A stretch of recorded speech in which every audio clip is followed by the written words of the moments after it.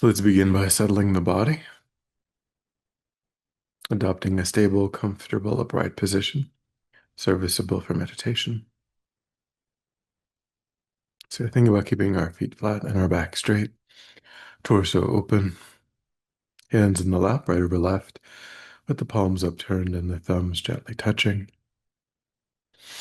Our eyes are gently closed or slightly open, making sure we let in enough light to remain alert. And try to maintain an awareness of not slouching, not leaning. Also let go of any unnecessary tension or rigidity in the body, relaxing into a stable, comfortable, upright position, just allowing the body to fall into place. And begin to let go of attending to the outside world, allowing sights and sounds to be as they are, no need to investigate, constraining our awareness just to the body and mind, concentrating that awareness in the present by attending closely to the physical sensation of the air as it moves into and back out of the tip of the nostrils.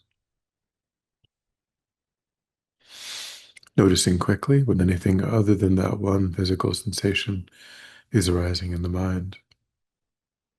And then without judgment or frustration, lifting our awareness up from those distractions, placing it gently but firmly again and again on the breath.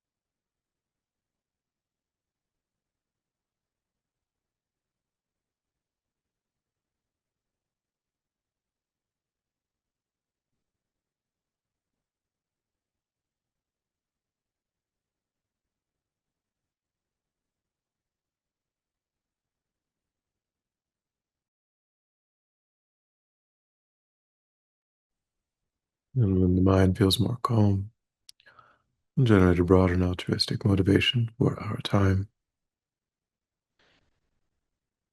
So we can think of the beneficial influence in our own lives that the teachings have had.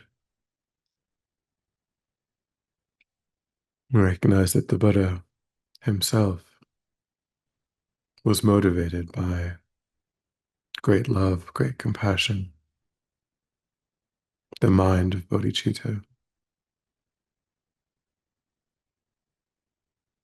and that the teaching survived 2,600 years being transmitted generation to generation through that same force, the wish to alleviate the suffering of others.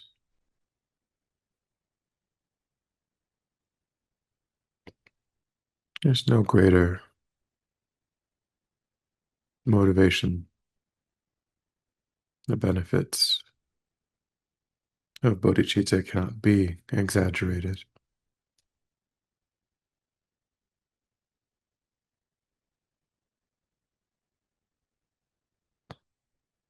We try to think that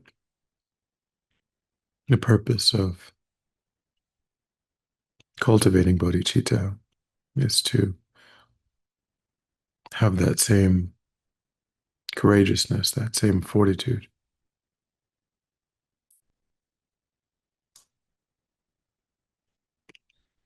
that same willingness to do whatever is necessary to be of benefit.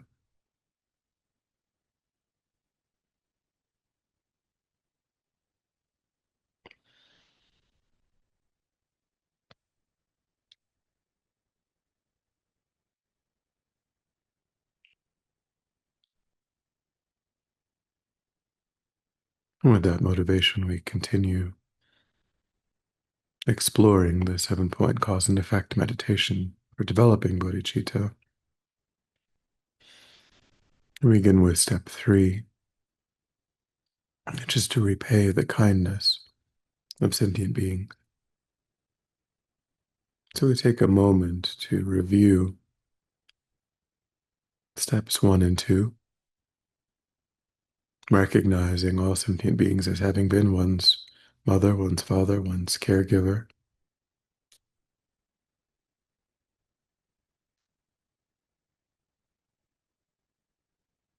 Recognizing that over beginningless past lives there are no sentient beings who haven't been able to be in relationship to us in that way. Not once, but countless times.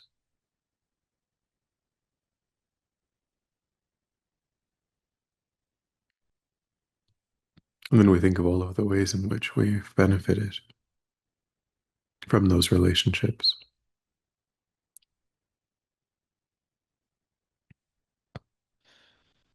Being protected, offered food and shelter, the beginnings of our education, socialization, learning to read, to write,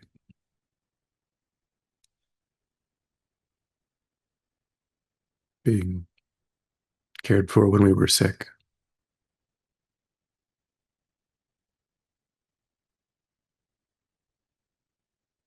having our very lives protected when we were helpless.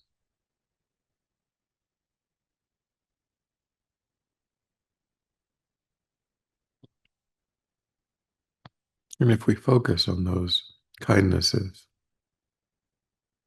then step 3 arises naturally. The wish to repay.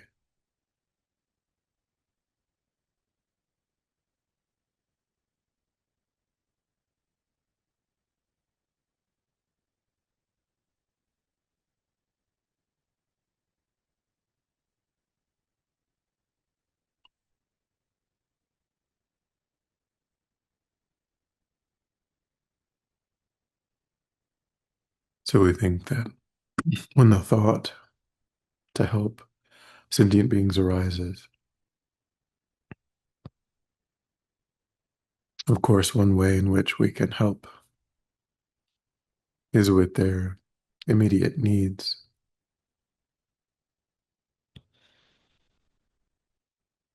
being interested in providing shelter, freedom from fear,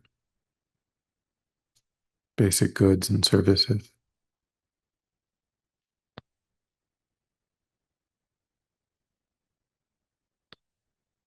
But on a deeper level as well,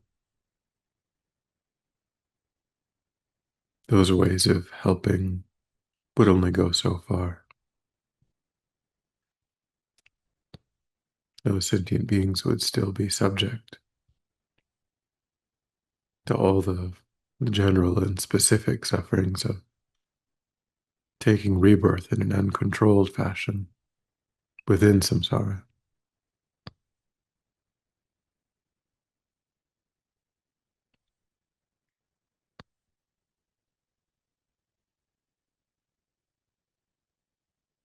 The best way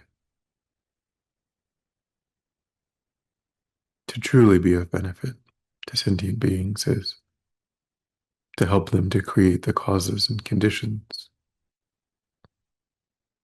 to be free of samsara themselves.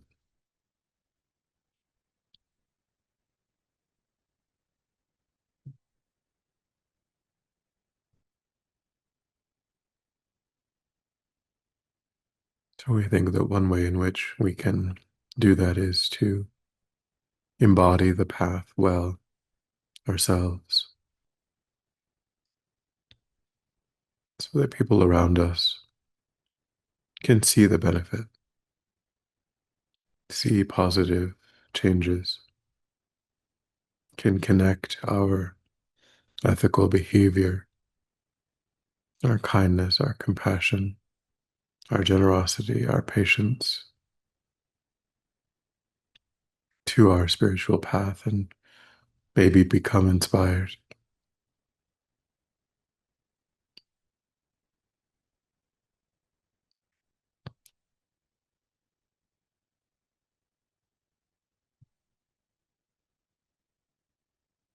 We can also do our best to offer skillful advice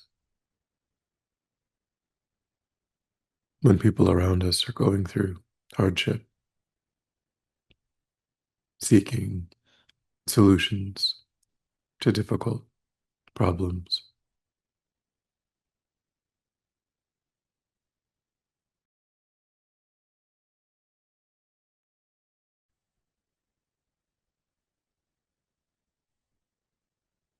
And we can make fervent prayers that when the time is right, and when sentient beings are seeking the teachings, that we are the ones to guide them.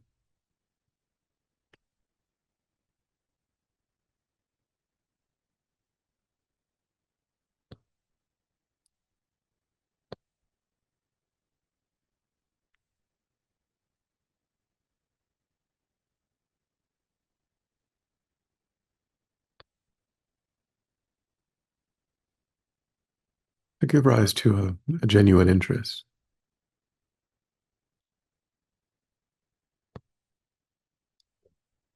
in providing whatever is needed to sentient beings to repay that kindness that has been shown.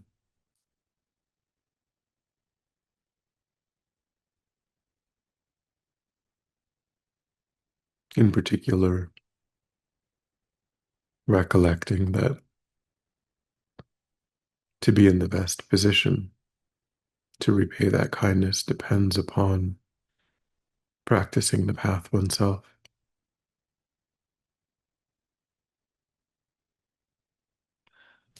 having the skills, the ability to lead sentient beings out of confusion, out of suffering, being truly skilled.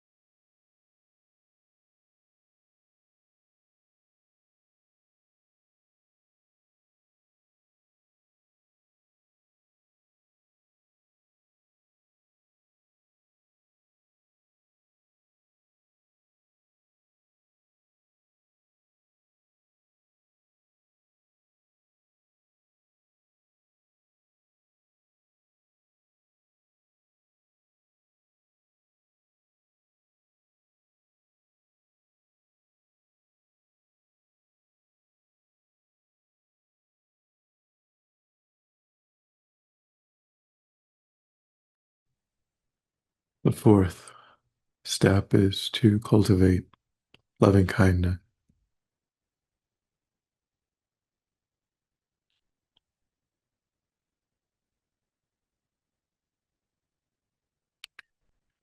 So begin to generate in your mind subjective experience of genuinely caring for, wishing for the well being of another sentient being, someone in your life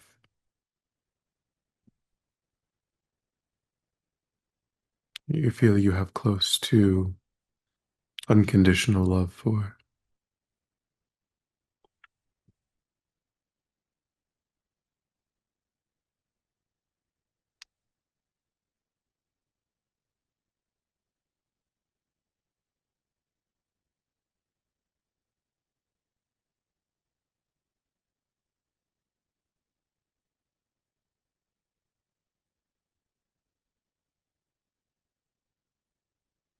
And then imagine a group of people that you feel connected with in front of you.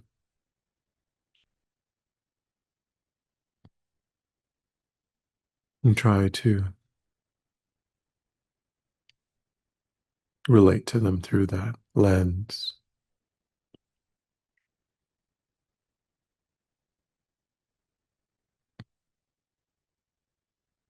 perhaps using any supportive thoughts or phrases, looking at them and thinking, may you be well, may you be happy, may you have everything that you need.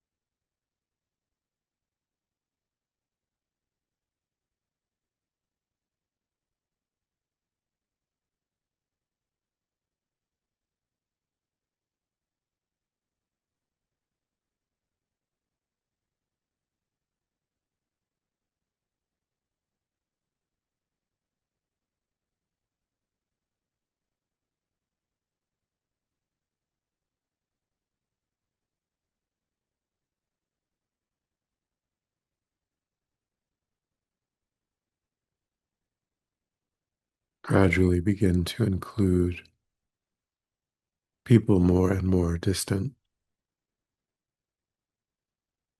recognizing that just like your friends and loved ones, they wish to be happy, wish to be free of suffering, and they have a claim that is equal to one's own, to those of your friends and loved ones, in accomplishing their aims.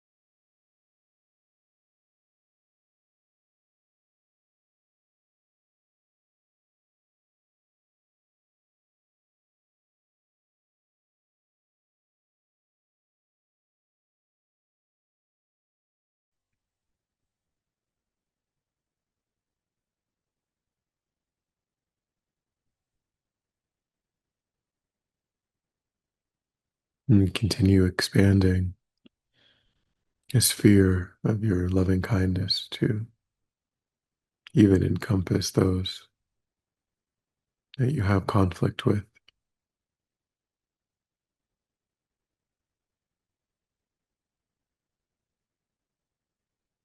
either personally or just because you feel that they're acting in the world in harmful ways.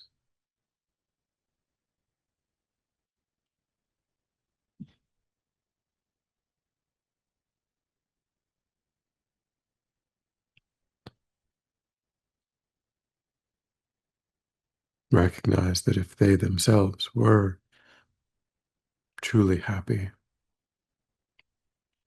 deeply content, then whatever problematic behaviors they had might fall away, particularly if they were able to follow this path of training, cultivating in perfect happiness, the bliss of liberation, enlightenment.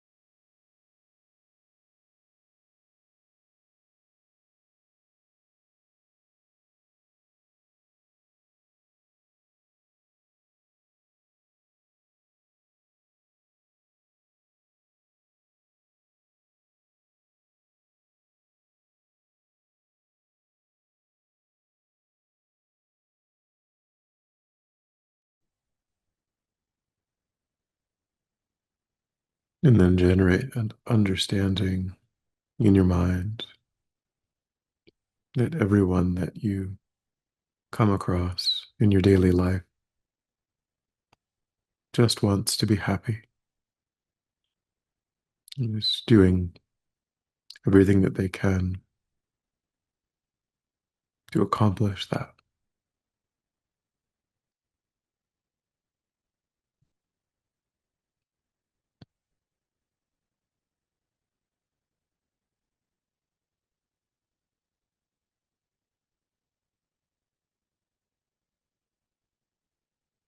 And generate a determination to hold a sincere wish in your heart toward everyone that you interact with for their happiness.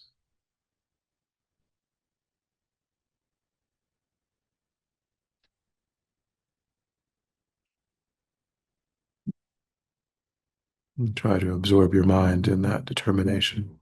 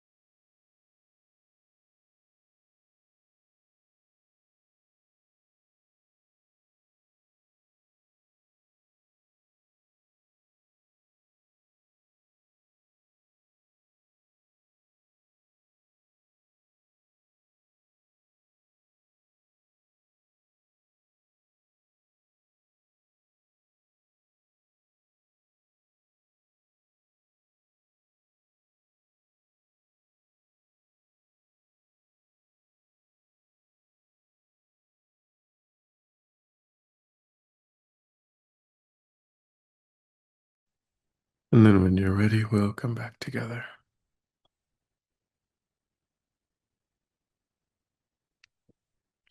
We'll dedicate. So recollect your altruistic motivation and think that by having engaged in this contemplation, you've actualized that motivation, which has generated positive energy in your mind. And think that you freely offer the fruit of your practice, that positive energy for the benefit of all sentient beings, without exception. Thinking strongly when this positive energy ripens, may it serve as a cause and condition to eliminate war and conflict, poverty, famine, disease, disasters, all painful inner and outer conditions. May it fully ripen the minds of all sentient beings. May they quickly meet perfect teachers and arise in the state of full enlightenment. May I too achieve the state of enlightenment, so that I might perfectly work for the benefit of sentient beings. May any obstacles facing the Guru's long life be completely dispelled, and may I and all sentient beings in this moment come under the joyful care and guidance of enlightened beings. May we be guided and protected until we swiftly achieve that state of enlightenment.